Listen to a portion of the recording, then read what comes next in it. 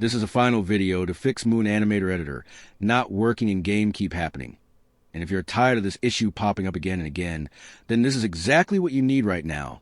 Are you facing the same problem where the editor just refuses to work inside your game and nothing seems to respond the way it should?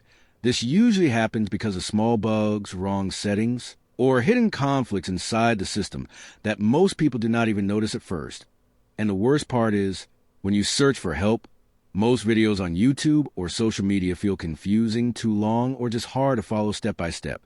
But do not worry, because in this video on Rexist, I will guide you through 4 proven methods that can fix this issue completely.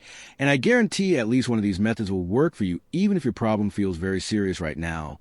All you need to do is stay focused, pause the video if needed, and try each method one by one carefully, or take screenshots so you do not miss anything important.